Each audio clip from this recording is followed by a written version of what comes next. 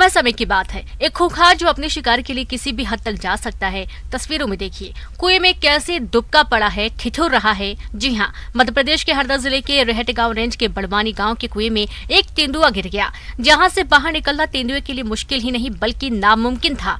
ग्रामीणों ने कुएं में तेंदुए को देखा तो उनके होश उड़ गए। वन विभाग को इसकी सूचना दी गई। सूचना के बाद मौके पर पहुंची वन विभाग की टीम ने तेंदुए को बाहर निकालने के लिए कुएं में सीढ़ी लगाई, जिसके सहारे वो बाहर आ सका। बाहर निकलने के बाद काफी देर तक तेंदुआ धूप सेकता रहा, फिर जंगल की तरफ भाग गया। कुएं से बाहर निकलने के बाद तेंदुआ हमला न कर दे, लिहाजा लोगों को दूर जाने के लिए कह दिया गया था। सुरक्षा के भी पुख्ता प्रबंध किए गए थे।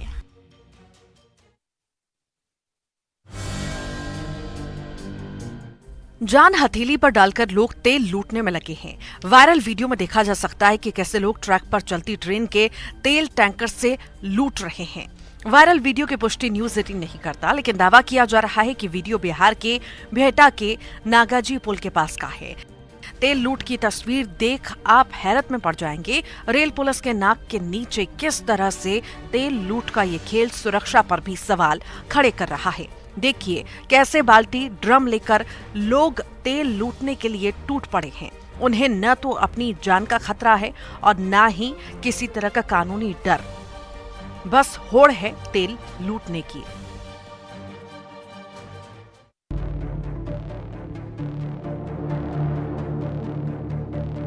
कांग्रेस नेता राहुल गांधी का भारत जोड़ो यात्रा अभी मध्य प्रदेश से गुजर रही है। महू में भारत जोड़ो यात्रा के दौरान कांग्रेस सांसद राहुल गांधी बाइक चलाते हुए नजर आए। बता दें कि कांग्रेस के नेता राहुल गांधी ने रविवार सुबह महू से यात्रा शुरू की, जहां उनका जोरदार स्वागत किया गया। तस्वीरों में राहुल गांधी हेलमेट लगाकर बाइक चलाते हुए नजर आ रहे हैं। उनकी बाइक के आगे सुरक्षाकर्मी दौड़ते हुए नजर आ रहे हैं। रास्ते को जल्दी जल्दी खाली कराया जा रहा है और राहुल गांधी के पीछे उनके समर्थक दौड़ लगा रहे हैं। बता दें कि इंदौर में राहुल गांधी की सुरक्षा के लिए 1400 से अधिक पुलिस कर्मियों की तैनाती की गई है। जगह जगह बैरिकेड बनाए गए हैं। मध्य प्रदेश के बड़वानी में मुंबई आगरा नेशनल हाईवे 3 पर एक ट्रक आग का गोला बन गई। बालसमुद चौकी क्षेत्र पुलिस ने मौके पर पहुंचकर ट्रैफिक डायवर्ट कर फायर ब्रिगेड को सूचना दी। फायर ब्रिगेड ने आग पर काबू पा लिया, लेकिन ट्रक और उसमें रखा सामान जलकर राख हो गया। ट्रक इंदौर की ओर से महाराष्ट्र जा रहा था। ट्रक में लहसुन और प्लाईवुड रखा गया था। ट्रक में प्लाई होने की वजह से आग और धधकती गई। हालांकि इस हादसे में किसी के हताहत होने की खबर नहीं है।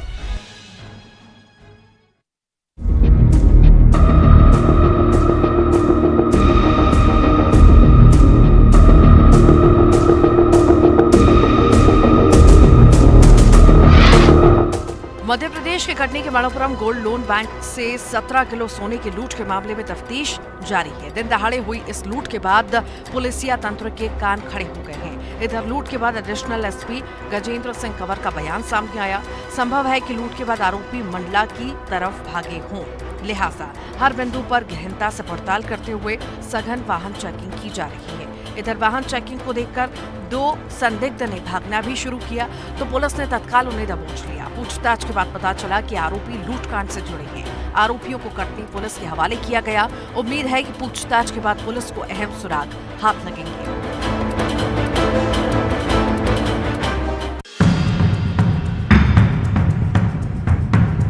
मध्य प्रदेश के उज्जैन में चोरों ने एक बार फिर से पुलिस को खुली चुनौती दी है। घटिया तहसील क्षेत्र अंतर्गत उन्हेल थाना इलाके में चोरों के चोरी की कोशिश सीसीटीवी कैमरा में कैद हुई।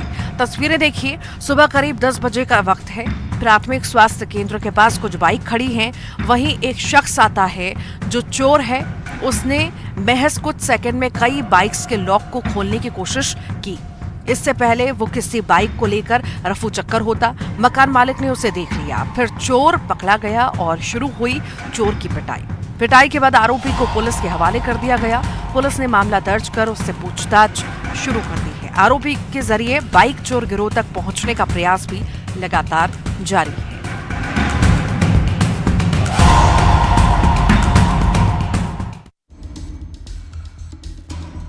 मध्य प्रदेश के ग्वालियर में पार्षद की पीट पीटकर हत्या का मामला तूल पकड़ता जा रहा है।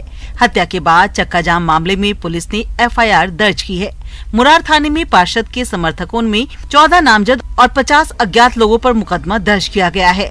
एडिशनल एसपी राजेश दंडोतिया ने बताया कि पार्षद शैलू कुशवाहा की मौत के बाद आक्रोशित लोगों ने चौराहे पर चक्का जाम किया था, जिसके चलते घंटों लोग परेशान हुए थे।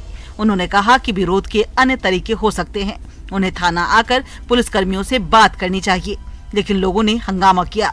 मामले में एफआईआर दर्ज की गई है। इधर हत्या को लेकर पहले से आक्रोशित लोगों पर एफआईआर दर्ज किए जाने के बाद उनका गुस्सा और बढ़ गया है।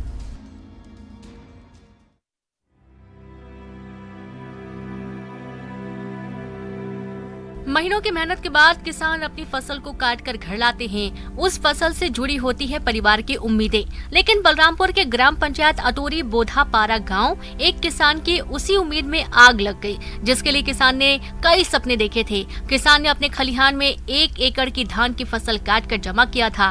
मंजाई के बाद उससे अनाज निकाला जाता, उससे पहले ही खलिहान में आग लग गई। तस्वीरें देखिए, धान के ढेर अब राख में तब्दील हो चुका है और इस घटना के बाद परिवार काफी चिंतित है।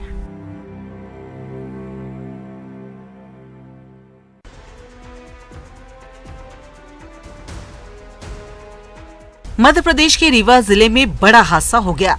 यहाँ उत्तर प्रदेश के प्रयागराज जा रही बस हादसे का शिकार हो गई।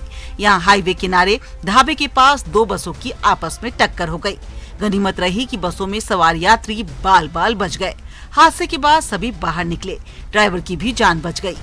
एक्सीडेंट के बाद की ये तस्वीरें देखिए, बस का अगला हिस्सा क्षतिग्रस्त हो गया है। इधर दूसरी बस से यात्रियों को गंतव्य तक पहुंचाया गया।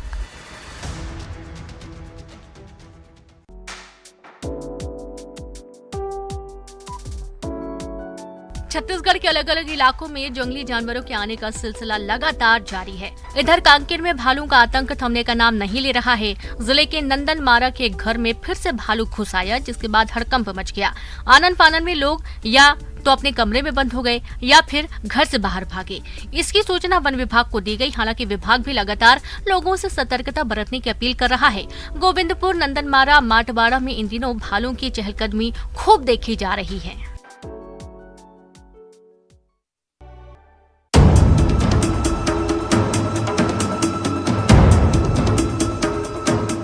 यह है छत्तीसगढ़ का रतनपुर बिलासपुर राष्ट्रीय राजमार्ग। तस्वीरें बिलासपुर जिले में हाईवे पर बने पुल की हैं। जर्जर हालत में पड़ा ये पुल हादसे को न्योता दे रहा है। जगह जगह दरारें हैं, सड़क कहीं कहीं धंसी हुई है और ऐसे में गाड़ी चलाते वक्त कभी भी हादसा हो सकता है। सेंदरी, गतौरी, रमतला, बरपाली गाँव के लोग परेशान हैं। इतना ही नहीं, NHAI या फिर पथ निर्माण विभाग को इसकी सूझ नहीं है। लिहाजा ग्रामीणों ने खुद ही अपने स्तर से बोरियां रखकर जर्जर सड़क की तरफ घेराबंदी की। कटाव रोकने के प्रयास किए जा रहे हैं। अगर समय रहते इस दिशा में कदम नहीं उठाए गए तो कभी भी बड़ा हादसा हो सकता है।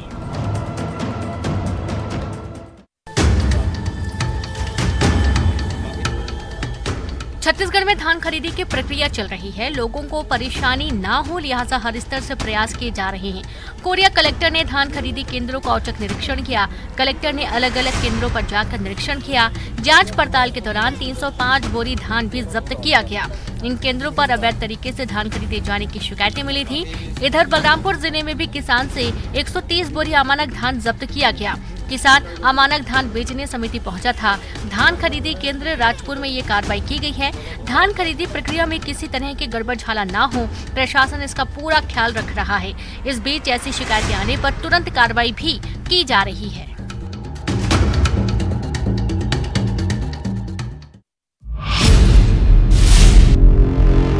गलवान घाटी पर विवादित ट्वीट करने के मामले में बॉलीवुड अभिनेत्री ऋचा चड्ढा की मुश्किलें बढ़ सकती हैं। ऋचा के इस विवादित ट्वीट को लेकर भोपाल के टीटी नगर थाने में शिकायत दर्ज कराई गई है। इसे लेकर खुद प्रदेश के गृह मंत्री नरोत्तम मिश्रा ने कार्रवाई की बात कही है। उन्होंने नसीहत देते हुए कहा था कि ये सिनेमा नहीं बल्कि सेना है, जिस पर इस तरह की टिप्पणी ठीक नहीं। अब देखना होगा कि ऋचा को इस मामले में आगे पापड़ बेलने पड़ते हैं या फिर राहत मिलेगी, ये वक्त ही बताएगा।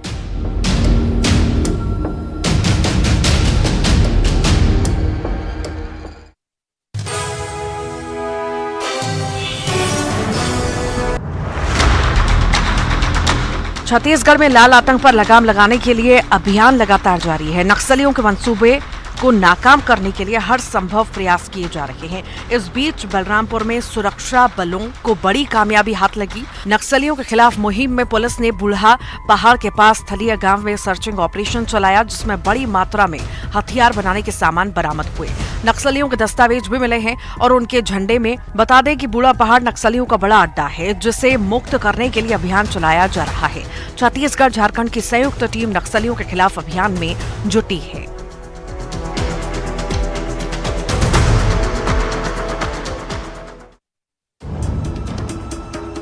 छत्तीसगढ़ में अवैध शराब के खिलाफ अभियान लगातार जारी है। तस्वीरें जांजगीर चांपा जिले की हैं, जहां शराब माफियाओं के ठिकाने पर पुलिस ने छापेमारी की और इस दौरान बड़ी मात्रा में महुआ लाहन और महुआ शराब जब्त की है। इतना ही नहीं, पुलिस ने मौके से 3 महुआ शराब तस्करों को भी गिरफ्तार किया। 3 अलग-अलग थाना क्षेत्रों में ये कार्रवाई की गई। पुलिस के इस अभियान के बाद शराब माफियाओं में हड़कंप मच गया। तो वहीं पुलिस ने स्थानीय लोगों से भी अवैध शराब के खिलाफ मुहिम में सहयोग करने की अपील की। पुलिस ने कहा कि प्रदेश में अवैध शराब के खिलाफ अभियान लगातार जारी रहेगा।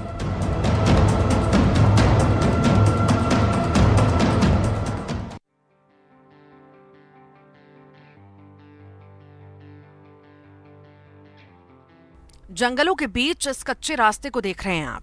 सुनसान बियावान इलाके और लोगों के गुजरने के लिए महज पगडंडी। जब ग्रामीणों को समस्याएं होने लगी, हादसे और हर वक्त जंगली जानवरों का डर, ऐसे में उन्होंने सुलभ सफर के लिए पगडंडी को सड़क बनाने की पहल शुरू की।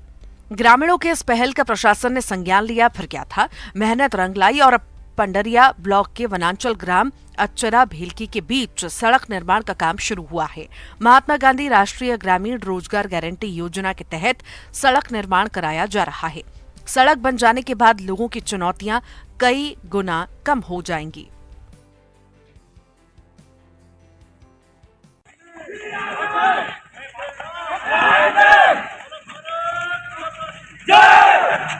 खेल का मैदान और दौड़ लगाते युवा, जज्बा और जुनून से लबरेज, तैयारी सेना में जाने की, देश की सेवा की। सैन्य भर्ती परीक्षा के लिए तैयारी करते युवाओं की ये तस्वीर छत्तीसगढ़ के मुंगेली जिले की है। यहाँ लोरमी के खामही गांव में बड़ी संख्या में युवा अग्निवीर और राज्य स्तरीय सिपाही भर्ती के लिए तैयारी कर रहे हैं। रोज की ये दिनचर्या है। यहाँ भूतपूर्व सैनिक युवाओं को प्रशिक्षण दे रहे हैं। वो तमाम गुण सिखा रहे हैं जो एक फौज में होने चाहिए, जिससे कि सेना में जाने का रास्ता आसान हो सके। इस ट्रेनिंग सेंटर में 200 से अधिक युवक और युवती प्रशिक्षण ले रहे हैं।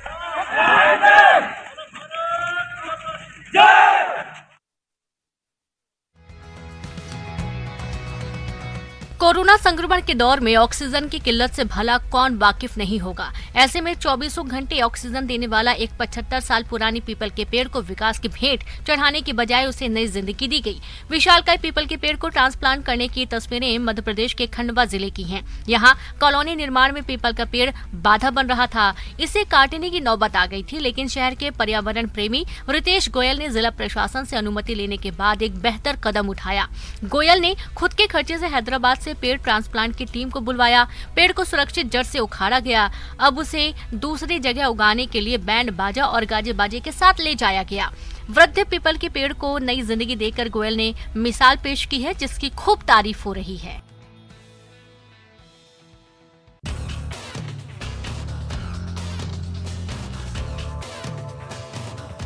नेपाल के पोखरा में आयोजित अंतर्राष्ट्रीय चैंपियनशिप 2022 के किक बॉक्सिंग खेल में छत्तीसगढ़ के कोरबा के लाल ने देश और राज्य का नाम रोशन किया है।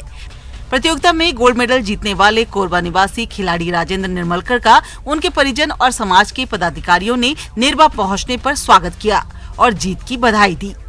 आपको बता दें कि SBKF अंतर्राष्ट्रीय किक बॉक्सिंग चैंपियनशिप प्रतियोगिता 2022 16 नवंबर से 19 नवंबर तक पोखरा नेपाल में आयोजित की गई थी।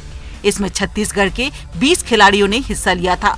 अलग अलग खेलों में कुल 600 से ज्यादा खिलाड़ी प्रतियोगिता का हिस्सा बने थे। कोरबा के खिलाड़ियों ने उत्कृष्ट प्रदर्शन करते हुए किक बॉक्सिंग में 4 मेडल, बॉक्सिंग में 1 मेडल जीते। इस तरह से पूरे छत्तीसगढ़ के खाते में कुल 16 मेडल आए।